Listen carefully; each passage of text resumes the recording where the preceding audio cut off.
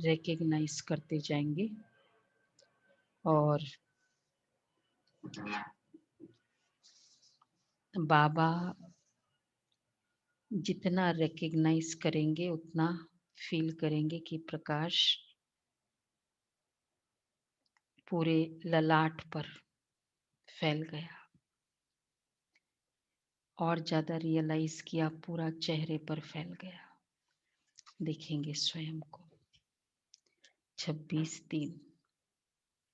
मीठे बच्चे, सबसे बड़ी बीमारी है देहाभिमान की। इसी से ही डाउनफॉल हुआ है। इसलिए अब देही अभिमानी बनो। प्रश्न है, तुम बच्चों की कर्मातीत अवस्था कब होगी? तुम बच्चों की कर्मातीत अवस्था कब होगी? बाबा से कर्म भोग पर विजय प्राप्त करेंगे। योग बल से कर्म भोग पर विजय प्राप्त करेंगे। पूरा पूरा देही अभिमानी बनेंगे। ये देह अभिमान ही रोग ही सबसे बड़ा है। इससे दुनिया पतित हुई है। देही अभिमानी बनो तो वह खुशी व नशा रहे, चलन भी सुधरे।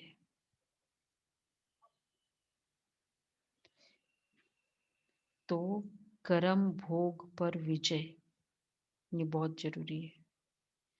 अगर कर्म भोग पर वशीभूत हुए, मतलब देहाभिमान, बहुत सारे के कर्म भोग है ना। तन का पेपर है, मन का, संबंधों का पेपर है, वो भी कर्म भोग में आता है ना। तो फिर देहाभिमान है। तब तक उसके बारे में संकल्प चलाना ये देहाभिमान हुआ। गीत है, रात के राही थक मत जाना, सुबह का मंजिल दूर नहीं। थके तो नहीं ना? क्या है, कितना पुरुषार्थ कर लिया, कब तक करते रहेंगे? किसी के व्यक्ति के बारे में संकल्प चलना भी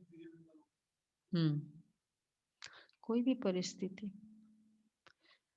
इसलिए हाँ, कोई भी परिस्थिति है। ओम शांति। राही का अर्थ तो बच्चों ने सुना, और तो कोई समझा नहीं सकते सिवाय तुम ब्रह्मा मुख वंशावली ब्राह्मणों के। तुम जो देवी देवता थे, तो मनुष्य तुम्हारी सीरत तो थे, तो मनुष्य, परंतु तुम्हारी सीरत बहुत अच्छी थी। तुम सर्वगुण संपन्न, वॉल्यूम कम करो। तुम सर्वगुण संपन्न, 16 कला संपूर्ण थे। तुम विश्व के मालिक थे। हीरे जैसे से कौड़ी जैसा कैसे बने, यह कोई मनुष्य नहीं जानते। तुमने भी नंबरवार पुरुषार्थ अनुसार पलटा खाया है, परिवर्तन हुए हैं। अभी तुम देवता बने नहीं हो, रिजुविनेट हो रहे हो। कोई थोड़ा बदले है, कोई 5%, कोई 10%। सीरत बदलती जाती है। दुनिया को ये पता ही नहीं कि भारत ही है विंता। कहते भी है क्राइस्ट से 3000 वर्ष पहले भारत में देवी देवता थे। उनमें ऐसे गुण थे जो उन्हों को भगवान भगवती कहते थे। गुणों के कारण, चेहरे के कारण नहीं। बहुत सुंदर थे गुणों के कारण। तो इसलिए देवी देवता बनना कोई बड़ी बात नहीं है, सिर्फ गुणों को ही इंक्रीज करना है। वह तो अभी तो वह गुण है नहीं, मनुष्य की समझ में ही नहीं आता। भारत जो इतना साहूकार था, उनका फिर डाउनफॉल कैसे हुआ, वह भी बाप ही बैठ समझाते हैं। तुम भी समझा सकते हो। जिनकी सूरत सुधरी है, वो समझाते हैं। बाप कहते, बच्चे तुम देवी देवता थे तो आत्माभिमानी थे, फिर रावण राज्य शुरू हुआ तो देहाभिमानी बन पड़े। तो देखो, लक्ष्मी नारायण की स्टेटस और कंप्लीट आत्मा की फीलिंग, उच्च पद। तो जितना मेरा देही अभिमानी उतना हाई स्टेटस। थोड़ा सा भी देहाभिमान होगा, देहभान होगा लक्ष्मी नारायण को, इसने ऐसा क्यों बोल दिया मुझे, मैं राजा हूं, ये संकल्प आएगा कभी भी? एक बार भी नहीं आएगा, 2500 वर्ष में नहीं आएगा। वहां कोई बोलेगा भी नहीं ना, वहां तो सभी अगर एक बोल दे, चलो बोल दे तो। बोलेगा ही नहीं, पहली बात तो कोई बोलेगा ही अच्छा, नहीं। इसलिए नहीं आता है क्योंकि बोलता ही नहीं है कोई। जब खुद, इसलिए। जो देह अभिमान में। अच्छा, ये आएगा, इसने ऐसा क्यों कहा, इसने ऐसा क्यों मतलब नहीं किया, मैंने कहा नहीं किया। तो देखो, हर चीज सुधरी हुई थी ना, करने वाले और कराने वाले दोनों सुधरे हुए थे। हम सोचते हैं हम तो सुधर जाए, करने वाले नहीं सुधरे तो एक जन भी सुधर जाए ना, दूसरे को सुधार सकता है। बाप कहते हैं, तो जिनकी सूरत सुधरी है, ये देहाभिमान की सबसे बड़ी बीमारी तुमको लग पड़ी है। सतयुग में तुम आत्माभिमानी थे, बहुत सुखी थे। किसने तुमको ऐसा बनाया, ये कोई भी नहीं जानते। बाप बैठ समझाते तुम्हारा डाउनफॉल क्यों हुआ, अपने धर्म को भूल गए, भारत वर्थ नॉट अ पेनी बन गया। उनका मूल कारण क्या है, देहाभिमान। ये भी ड्रामा बना हुआ है। मनुष्य यही नहीं जानते कि भारत इतना साहूकार था, फिर गरीब कैसे बना। हम आदि सनातन देवी देवता धर्म के थे, फिर हम कैसे धर्म भ्रष्ट कर्म भ्रष्ट बने। बाप समझाते हैं, रावण राज्य होने से तुम देह अभिमानी बने तो तुम्हारा यह हाल होने लगा।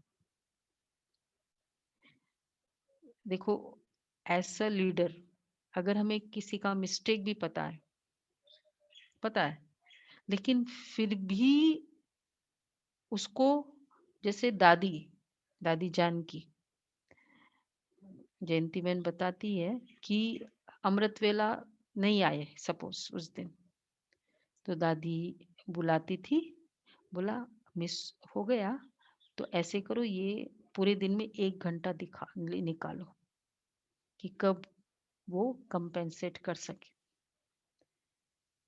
तो क्या मेथड किया, एक तो पिन पॉइंट करो मिस्टेक्स को, और एक है उसका ऑल्टरनेटिव बताओ कि हाँ ये कर देना, ये कर लो।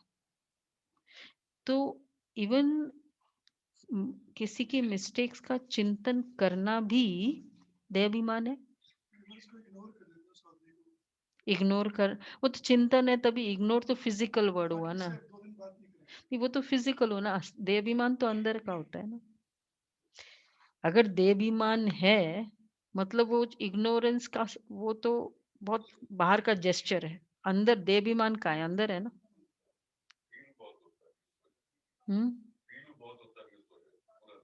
तो वो तो वैसे ही फील कर रहा है, ऊपर से दूसरे को क्या बोलना। इग्नोर करने का मतलब ये है कि वो अंदर में तो घूम रहा है ना, और हम चेष्टा कर रहे हैं कि वो हमारे कॉन्शियसनेस में ना आए।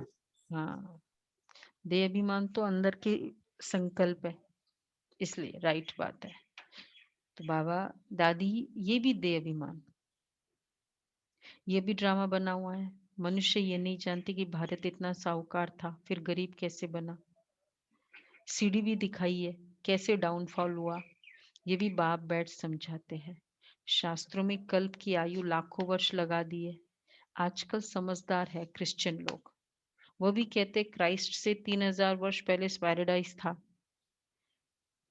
शास्त्रों में लाखों वर्ष है, क्रिश्चियनिटी में तो 3000 वर्ष पहले की बात है ना, स्वर्ग की। भारतवासी तो ये भी नहीं समझ सकते कि प्राचीन भारत ही था जिसको स्वर्ग हेवन कहा जाता है। आजकल तो भारत की फुल हिस्ट्री ज्योग्राफी को जानते ही नहीं है। थोड़े बच्चों में थोड़ा ज्ञान है तो देहाभिमान आ जाता है, समझते हमारे जैसा कोई है ही नहीं। बाप समझाते भारत की ऐसी दुर्दशा क्यों हुई। बापू गांधी भी कहते थे पतित पावन आओ, आकर राम राज्य स्थापन करो। आत्मा को जरूर कभी बाप से सुख मिला है ना, तो पतित पावन को याद करते हैं। क्यों अननोइंगली या नोइंगली परमात्मा को याद करते, सुख के लिए। हर कोई को मिला होगा तभी तो परमात्मा को याद करते, चाहे वो रूप अलग अलग, क्योंकि पता नहीं है, बहुत समय हो गया। लेकिन याद कोई भी, इवन टेररिस्ट है, जिहाद नहीं, अल्लाह को करते। रावण भी तो यज्ञ किया था जीत पाने के लिए, याद तो फिर भी उसी को कर रहे हैं। तो मतलब उसने जीत दी थी, सुख दिया था। बापू गांधी भी कहते थे, समझते हैं ना हमारे जैसा कोई है नहीं। बाप समझाते हैं, सॉरी, बापू गांधी भी कहते थे पतित पावन आओ। बाप समझाते हमारे बच्चे जो शूद्र से बदल ब्राह्मण बनते हैं, शूद्र से बदल, वह भी पूरा देह अभिमानी नहीं बनते हैं। हम बच्चों में की कंप्लेन है बाबा, घड़ी घड़ी देह अभिमान में आ जाते हैं। यह है सबसे पुराना रोग जिससे ये हाल हुआ है। ये भी एक रोग है ना, देह अभिमान। बहुत सारे सिम्टम्स है। लोग क्या कहेंगे, ये देह अभिमान है या देही अभिमानी स्थिति है? देह अभिमानी। बाबा जो कहेंगे वो साइड में, लोग क्या कहेंगे वो बहुत मैटर करता है। तो देह अभिमान। हाँ, ये है फेमस स्टेटमेंट है। तो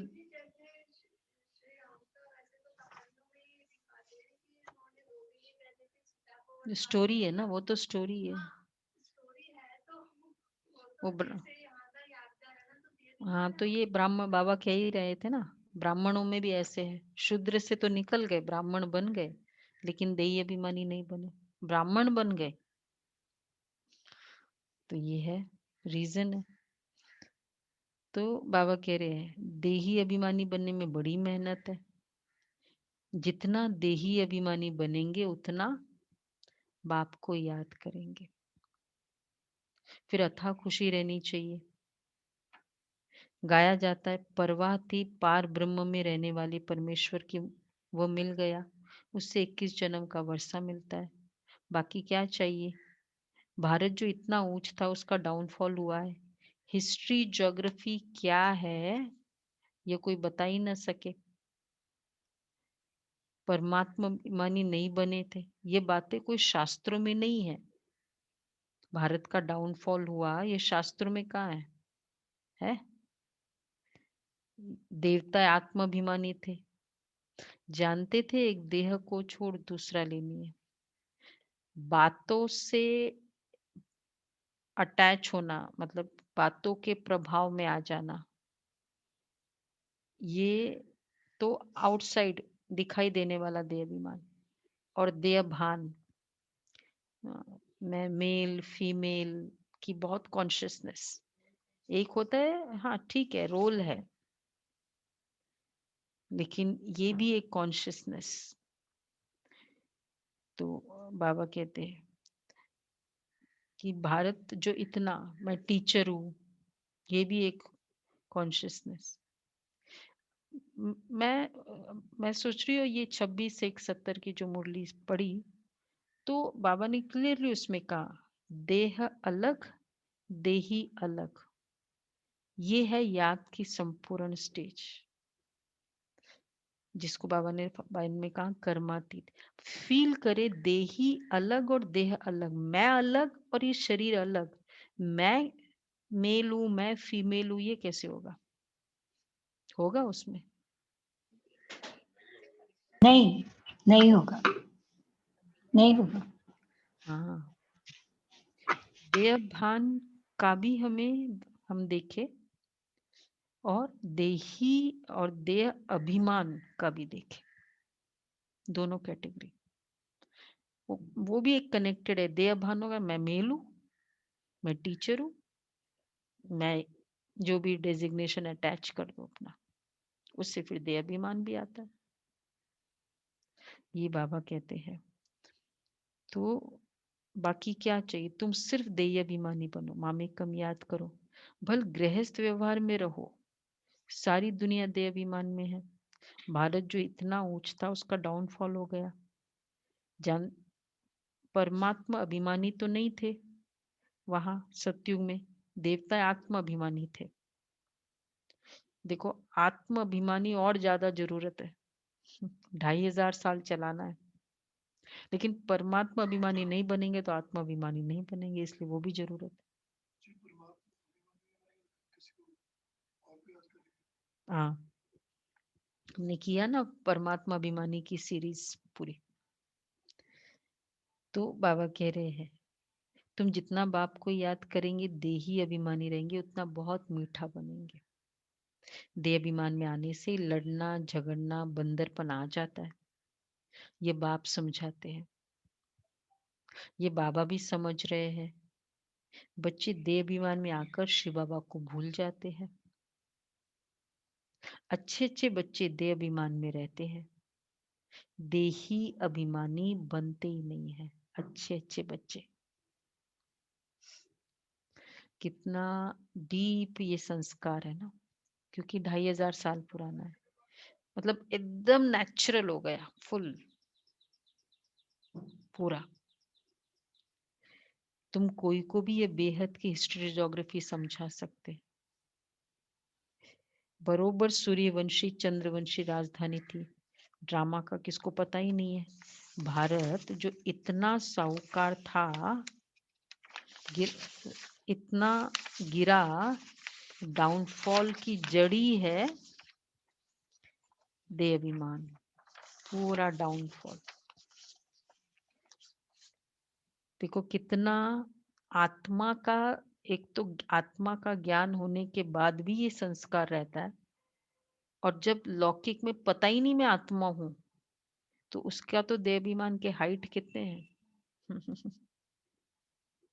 देवाभिमान है, पता ही नहीं कि मैं आत्मा हूँ। जैसे जैसे बच्चे को घर में पलता है, ये मेरा है, ये मेरा आईपैड है, ये मेरा मेरा, वो वो एक फीलिंग। और पेरेंट्स सभी को खुशी भी होती है, देखो ये अपनी चीज किसी को देता नहीं है, ये मेरा है। अब ये पेरेंट कौन है, मेरा है, ये घर ये गाड़ी हमारी है, मेरी है। कितना मेरा मेरा आत्मा में जाता जाता है। और अगर पता नहीं कब कौन सी एज में मैं आत्मा हूँ ये ज्ञान मिले, तब तक ते अभिमान कितना हो जाता है, ये मेरा, मैं MBA, मैं ये मैं वो। अब फिर 40-45 की एज में, 50 की एज में बाबा आए, ज्ञान मिला, अब निकालो 50 साल की बीमारी। कॉलेज में जाके मैंने फर्स्ट टाइम सुना था शंकर की आत्मा, कभी मैंने आत्मा, कभी नहीं सुना। हाँ 20 साल 15 साल तक आत्मा ही। गच गच गच ये बोला था तो मैं क्या आत्मा, कभी नहीं सुना।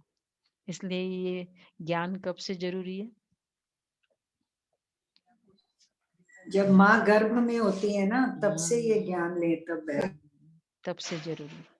फ्रॉम वूम्ब टू टूम्ब बोलते हैं ना, स्ट्रेस के लिए बोलते, ईगो के लिए बोलते, फ्रॉम वूम्ब टू टूम्ब, जब तक वो शमशान में नहीं जाता है। तब जाके वो आत्मा का ज्ञान तब लेते, वहां बोलते हैं ना आत्मा सत्य है। बाबा कहते बच्चे देहाभिमानी ये नहीं समझते हमको डायरेक्शन। देखो डाउनफॉल की जड़ है देहाभिमान, बच्चों में भी देहाभिमान आ जाता है। यह नहीं समझते कि हमको डायरेक्शन कौन देता है, बोल कौन रहा है। हमेशा समझो शिव बाबा कहते हैं, शिव बाबा को याद न करने से ही देहाभिमान में आ जाते। सारी दुनिया देहाभिमानी बन गई है। तब बाप कहते हैं माँ में कम याद करो, अपने को आत्मा समझो। आत्मा इस देह द्वारा सुनती है। चलो फील करें, ज्योतिर्बिंदु दिव्य प्रकाश। मैं आत्मा, देखो सामने बाबा बोल रहा है, मैं आत्मा इस देह से सुन रही हूँ, आंखों से देख रही हूँ, प्रकाश दिखाई दे रहा है। अच्छा, तो बाबा कह रहे हैं आत्मा इस देह द्वारा सुन रही है, पाठ बजा रही है। स्टूडेंट, बाप कितना अच्छी रीति समझाते हैं। भल भाषण तो बहुत अच्छा कर लेते हैं, परंतु चलन भी तो अच्छी चाहिए ना।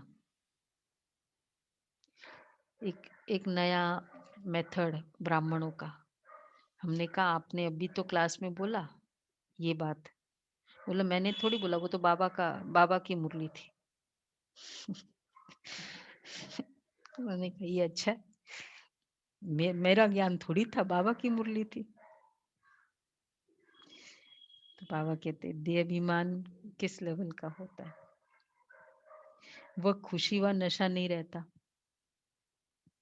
धारणा नहीं होती तब बाबा की मुरली, और फिर जब कुछ अच्छी पॉइंट किसी ने बड़ाई कर ली तो मैंने सुनाया।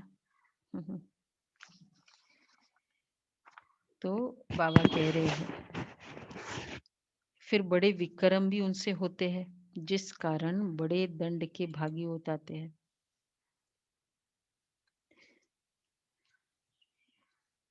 देहाभिमानी बनने से बहुत नुकसान होता है, नुकसान पाते, बहुत सजा खानी पड़ती है। बाप कहते ये गॉडली वर्ल्ड गवर्नमेंट है, बुरे कर्म करते हैं तो उनकी सजा खाते हो। दूसरे कोई की सब गर्भ जल में भी सजाएं खाते हैं, उस पर भी एक कहानी है। ये सब बातें इस समय की है, महिमा एक बाप की है। कौन सी कहानी वो बाबा ने नहीं बताया, वही स्टोरी जनरल होता है। गर्भ जेल में वो आत्मा कहते निकालो निकालो, तो सब गर्भ जेल में भी सजाए खाते हैं। ये सब बातें इस समय की है, महिमा एक बाप की है, दूसरे कोई की महिमा है ही नहीं। भैया इसलिए वो लिखा ड्राइवर आया बाहर। इसलिए लिखा जाता है त्रिमूर्ति शिव जयंती वर्थ, त्रिमूर्ति शिव जयंती वर्थ डायमंड। बाबा कितनी भाई नेचुरल है, ऐसा ज्ञान कौन दे सकता है। बाकी सब है वर्थ पैनी बाबा कहते हैं। वर्थ कौड़ी, ये वर्थ डायमंड। वर्थ पाउंड है तब वर्थ पेनी है, ये डायमंड है। सिवाय शिव बाबा के पावन कोई बना न सके। इतना कैरेक्टर जिसने इतना अच्छा किया, उसकी तो कितनी ज्यादा करनी चाहिए ना। पावन बनते हैं फिर रावण पतित बनाते हैं, जिस कारण सब देह अभिमानी बन पड़े। अब तुम देही अभिमानी बनती हो। ये देही अभिमानी अवस्था 21 जन्म चलती है। तो बलिहारी एक की गाई जाती है, भारत को स्वर्ग बनाने वाला शिव बाबा है। ये किसको पता ही नहीं कि शिव बाबा कब आया। उनकी हिस्ट्री तो पहले पहले चाहिए ना। शिव कहीं जाता है, बाबा समझा रहा है ना हम सबको सामने बैठे। बाबा कहते हैं शिव कहीं जाता है, शिव मतलब ही परम पिता परमात्मा को। शिव क्योंकि शिव शंभु स्वयंभू, जो खुद नो वन क्रिएट करता है।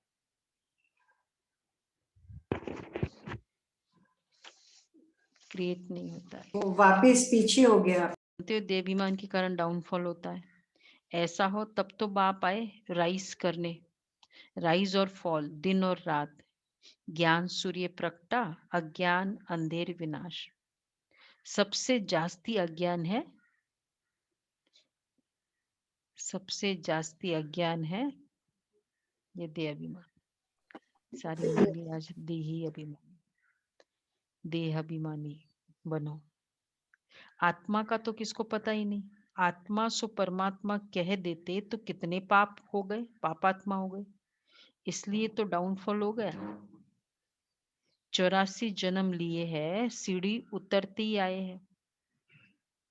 ये खेल बना हुआ है। ये वर्ल्ड की हिस्ट्री, ज्योग्राफी तुम बच्चे जानते हो और कोई नहीं जानते।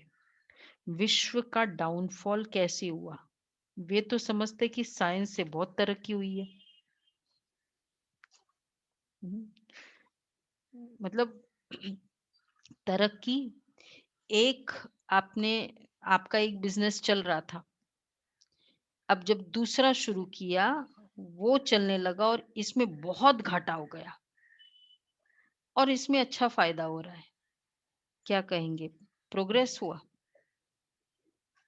उसमें जबरदस्त घाटा और उसके कारण बहुत सारे दूसरे घाटे और भी हो गए दूसरे बिजनेस में। दूसरा भी बिजनेस था, तीसरा भी बिजनेस था, चौथा भी बिजनेस था, सब में घाटे हो गए। एक बिजनेस फ्लरिश होने लगा, क्या कहेंगे? जब से वो बिजनेस शुरू किया ना, बहुत फ्लरिश हुआ। बाकी सारे तो देह अभिमान के कारण, साइंस के कारण या दे, तो ये सब ठीक है, टेक्नोलॉजी ये सब कुछ हुआ, लेकिन रिलेशनशिप्स, स्पिरिचुअल, स्वयं के साथ का रिलेशनशिप, बाकियों के साथ का संबंध, परमात्मा के साथ, वो सब डाउनफॉल। और जूम मिल गया, बेस्ट आईपैड आ गया, जो भी टेक्नोलॉजी है वो आ गई, तो क्या कहेंगे? सक्सेस है, इसको सक्सेसफुल कहेंगे? तो इसलिए बाबा कहते हैं कि वो तो समझते कि साइंस से बहुत तरक्की हुई, यह नहीं समझते कि दुनिया तो और ही पतित बन गई, देहाभिमान बहुत है। बाप कहते अभी तुमको देही अभिमानी बनना है। अच्छे अच्छे महारथी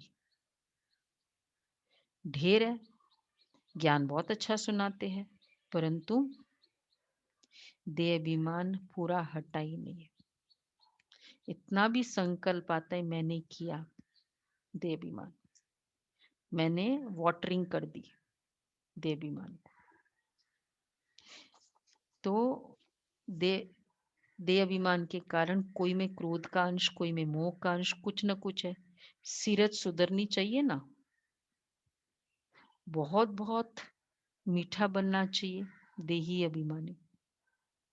अगर मैं कहूँ एक बार चुप रहा, 2 बार चुप रहा, फिर क्रोध आ गया,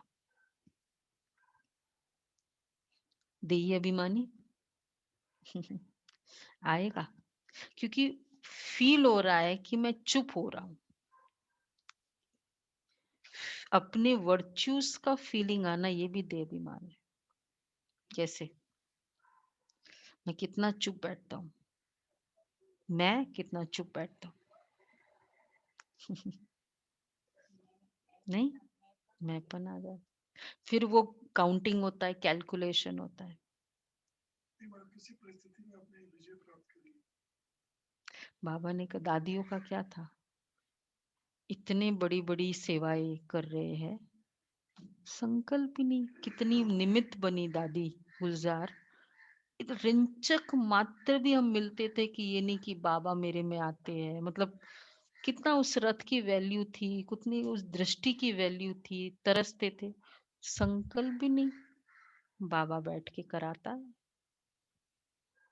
इतना सा भी उसका मतलब क्या बोलते हैं उसको, लिया नहीं उसको, इसलिए वो दृष्टि लास्ट तक सेवा करती रही ना, आज तक कर रही है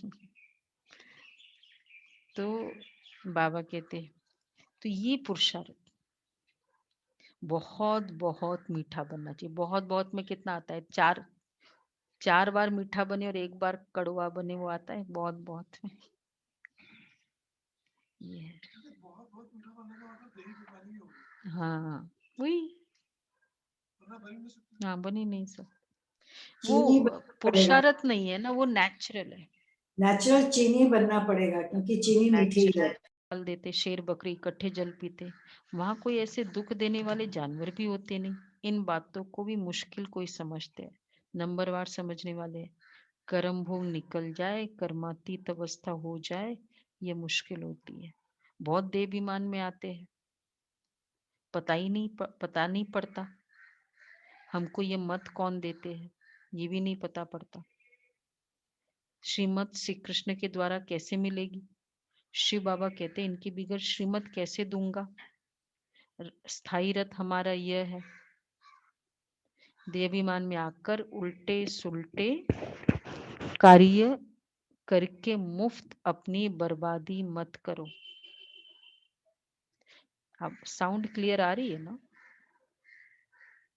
गुलाब भाई? बहुत धीरे आ रही है।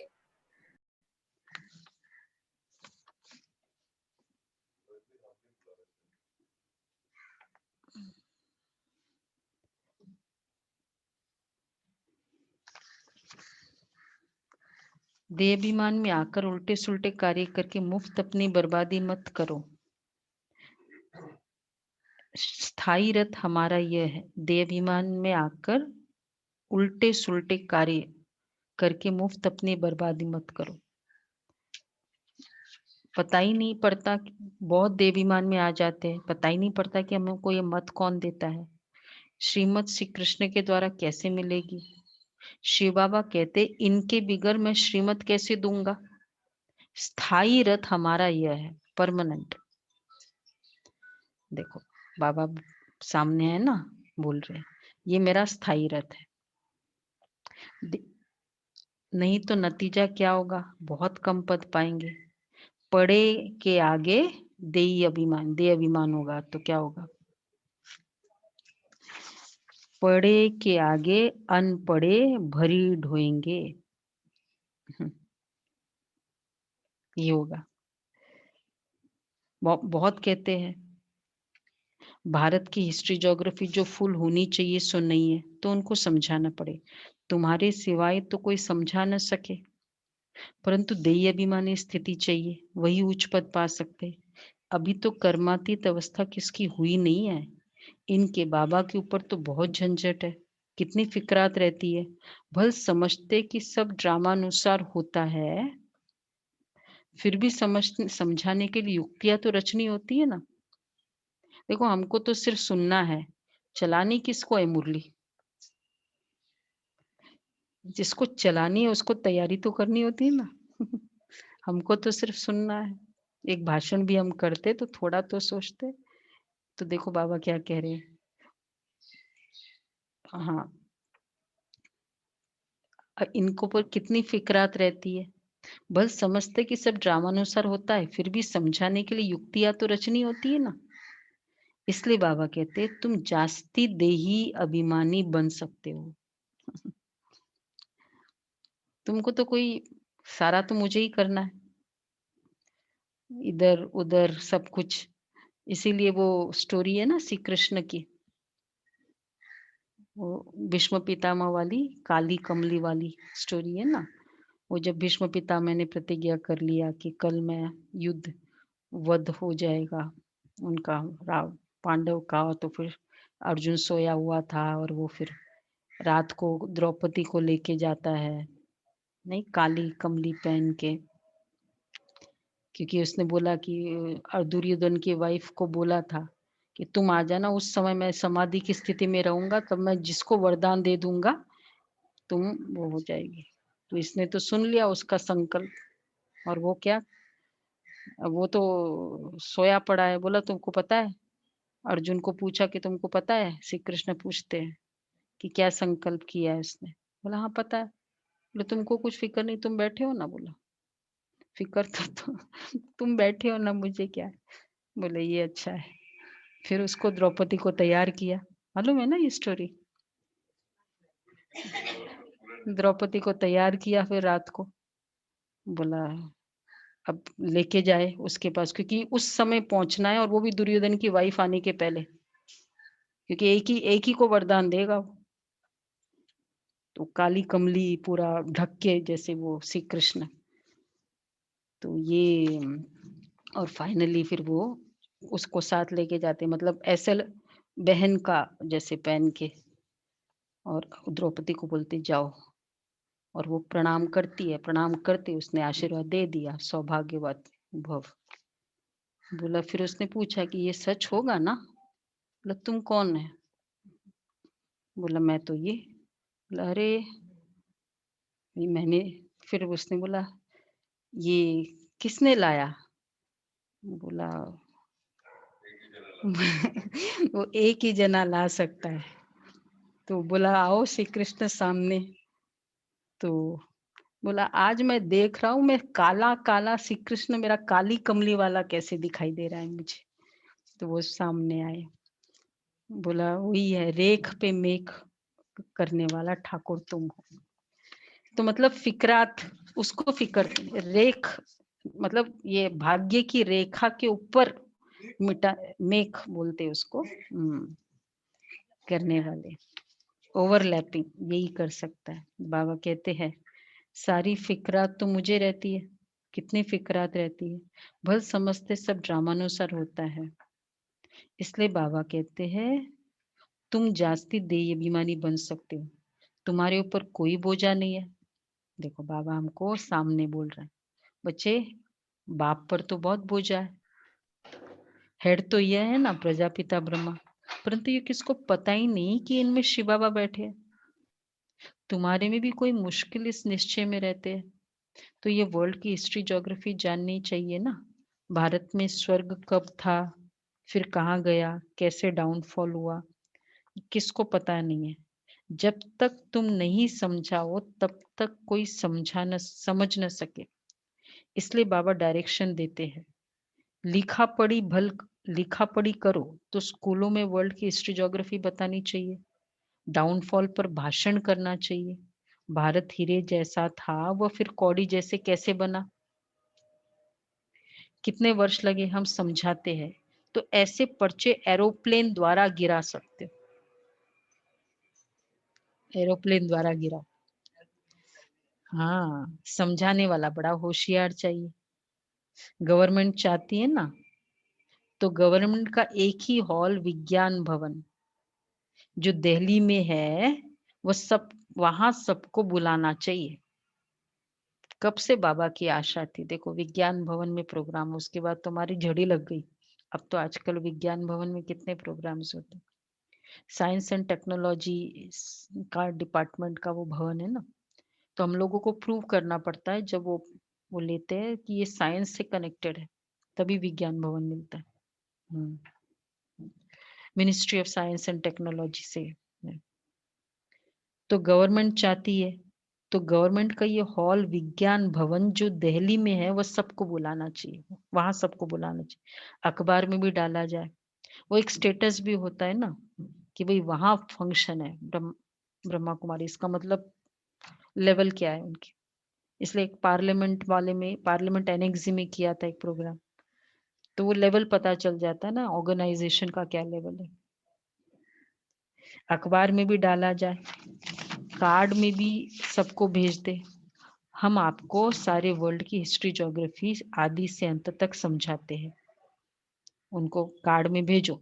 शुरू से लेकर एंड तक की हिस्ट्री ज्योग्राफी समझाते हैं।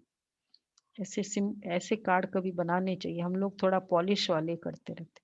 सेल्फ इंजीनियरिंग मास्टरी और ये वो। हाँ उल्टे हाथ से भी सीधे हाथ से घी लेना चाहिए।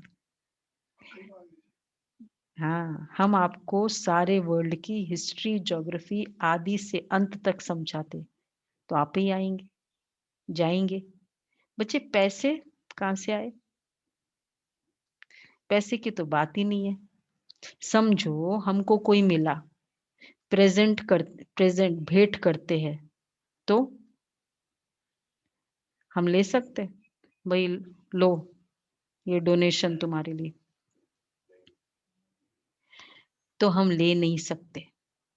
हाँ बाकी सर्विस करने के लिए काम में लाएंगे बाकी हम ले नहीं सकते।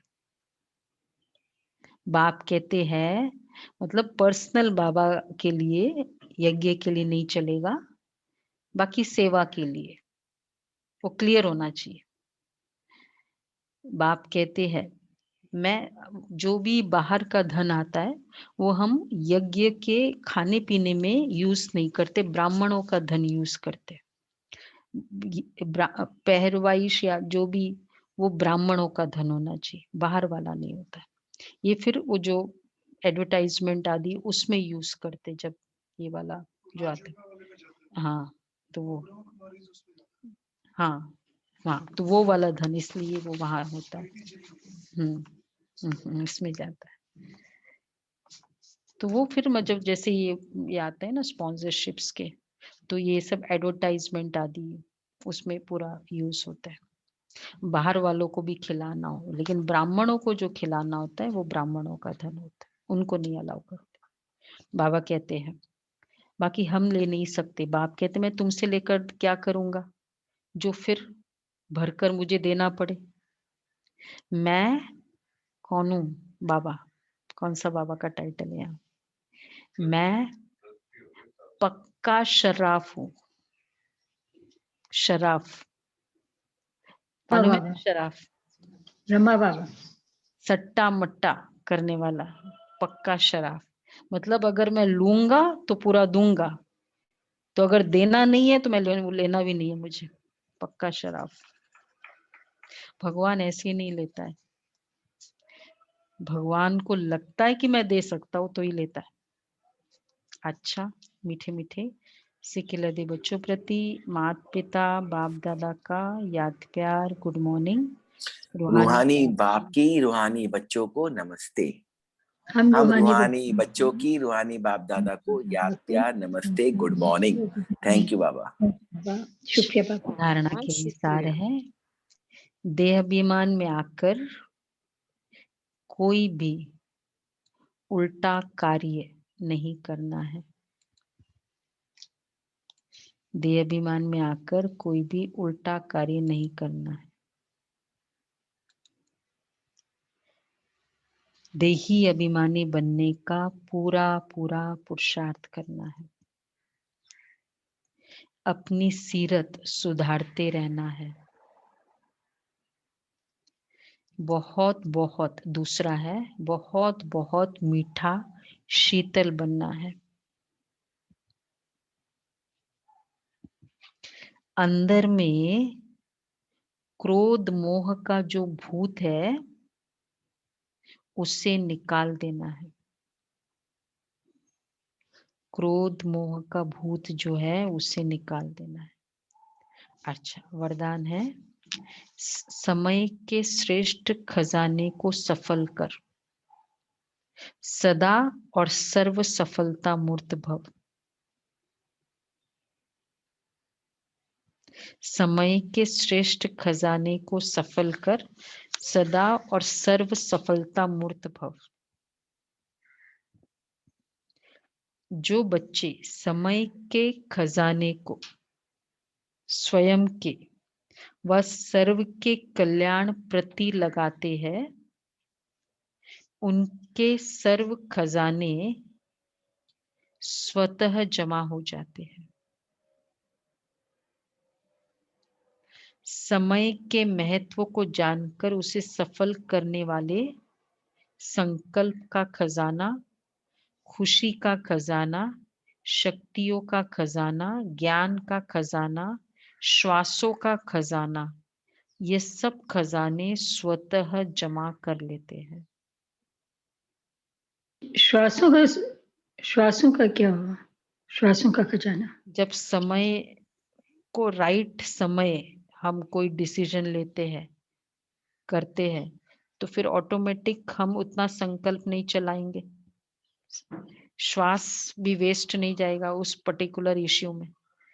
जहां समय वेस्ट जाता है वहां श्वास वेस्ट जाता ही जाता है। श्वास तो ले ही रहे होते हैं ना, तो समय वेस्ट जाएगा मतलब हम कहते हैं मेरा 10 मिनट है ना वेस्ट गया, तो मतलब कितने श्वास वेस्ट गए? मिनट 10 है, सेकंड तो उससे ज्यादा है, श्वास उससे ज्यादा है। ये है तो श्वास का खजाना, ये सब खजाने स्वतः जमा कर लेते। सिर्फ अलबेलेपन को छोड़ समय के खजाने को सफल करो तो सदा और सर्व सफलता मूर्त बन जाएंगे। तो ये है समय को सफल करना। तो ये सबसे बड़ा आज का स्वमान रहेगा, मैं समय को सफल करने वाली सफलता मूर्त। सफल करना बाबा का ये मतलब यूनिक को क्या टर्मिनोलॉजी है। दुनिया में सफल मतलब सक्सेसफुल, लेकिन सफल वर्थ वाइल यूज करना उसको, तो ये सफल करना। तो बाबा ने कहा तो जब समय सफल होगा तो संकल्प सफल होगा, खुशी, शक्ति, ज्ञान का खजाना और श्वासों का खजाना। कितने खजाने हो गए? 6। कितना इकोनॉमी करनी होगी समय को सफल करने के लिए। अच्छा, तो ये कितने बार हम ये संकल्प करेंगे? आज मैं आत्मा बाबा के पास, तो उतनी बार मैं सफलता मूर्त, समय को सफल करने वाली सफलता मूर्त आत्मा हूँ, सफल मूर्त आत्मा हूँ, ये फील करते जाएंगे। स्लोगन है, एकाग्रता द्वारा सागर के तले में जाकर अनुभवों के हीरे मोती प्राप्त करना ही अनुभवी मूर्त बनना है। एकाग्रता द्वारा सागर के तले में जाकर अनुभवों के हीरो मोती प्राप्त करना ही अनुभवी मूर्त बनना है। अच्छा, मम्मा के महावाक्य है, तमोगुणी माया का विस्तार, रजोगुणी, सतोगुणी, तमोगुणी, ये 3 शब्द है कहते हैं। इसको यथार्थ समझना जरूरी है। मनुष्य समझते ये तीनों गुण इकट्ठे चलते रहते हैं, परंतु विवेक क्या कहता है? क्या ये तीनों गुण इकट्ठे चलते आते हैं या अलग अलग युग में होता है? विवेक तो ऐसा ही कहता है कि ये तीनों गुण इकट्ठे नहीं चलते। ये बहुत अच्छा क्लैरिटी है। हम लोग वेदांत में यही पढ़ते थे कि कभी सतोगुण डोमिनेंट होता है हर आत्मा में, कभी रजोगुण होता है, कभी तमोगुण होता है। मम्मा बहुत अच्छा कह रही है, सतयुग है तो सतोगुण है, द्वापर है तो रजोगुण है, और कलयुग है तो तमोगुण है। जब सतो है तो तमो रजो नहीं, और जब रजो है तो फिर सतो नहीं। ये मनुष्य तो ऐसे ही समझ कर बैठे हैं कि ये तीनों गुण इकट्ठे चलते आते हैं। ये बात कहना सरासर भूल है। वो समझते जब मनुष्य सच बोलते, पाप कर्म नहीं करते, तो वो सतोगुणी होते हैं। ये तो राइट है ना, जब पाप कर्म नहीं करते। परंतु विवेक कहता है, बहुत अच्छी क्लैरिफिकेशन है, जब हम कहते सतोगुण, तो इस सतोगुण का मतलब है संपूर्ण सुख। गोया सारी सृष्टि सतोगुणी है। बाकी ऐसे नहीं कहेंगे कि जो सच बोलता है वो सतोगुणी है। सतोगुणी ये सृष्टि का फिनोमिना है, फेज ऑफ द वर्ल्ड है। ये पर्टिकुलर ह्यूमन बीइंग का फेज नहीं। वो तो हम लोग भी मानते हैं सतो रजो तमो चारों स्टेजेस में हर आत्मा जाती है, पर ओवरऑल फेज है ये सृष्टि का। तो जब हम सत्युग कहते हैं तो इसका मतलब सारी सृष्टि सतोगुण सतो प्रधान है। हाँ, कोई समय ऐसा सत्युग था जहाँ सारा संसार सतोगुणी था, अब तो सत्युग है नहीं। अभी तो है कलयुगी दुनिया, गोया सारी सृष्टि पर तमो प्रधानता का राज्य है। इस तमोगुणी राज्य समय पर फिर सतोगुण कहाँ से आया? अब है घोर अंधियारा, जिसको ब्रह्मा की रात कहते हैं। अच्छा, इस कलयुगी असार संसार को असार क्यों कहते हैं? क्योंकि इस दुनिया में कोई सार नहीं, माना कोई भी वस्तु में ताकत ही नहीं रही, अर्थात सुख शांति पवित्रता नहीं है। जो इस सृष्टि पर कोई समय सुख शांति पवित्रता थी, असार संसार है। 2 वोकैबुलरी को क्लियर किया, एक तो सतोगुण का, दूसरा असार संसार है। तो असार मतलब वो ताकत नहीं। अब वो ताकत नहीं है क्योंकि इस सृष्टि में 5 भूतों की प्रवेशता है, इसलिए इस सृष्टि को भय का सागर, कर्म बंधन का सागर, कोई अभय अर्थात निर्भयता का भी हाँ कहते हैं। इसलिए मनुष्य दुखियों परमात्मा को पुकारते हैं, इसलिए संसार को पाप का सागर कहते हैं। तो दुनिया 2 है, एक सतयुगी सार वाली दुनिया, दूसरी है कलयुगी असार वाली दुनिया। 2 ही दुनिया है। अच्छा जी, ये बाबा के महावाक्य तो कितने पावरफुल। एक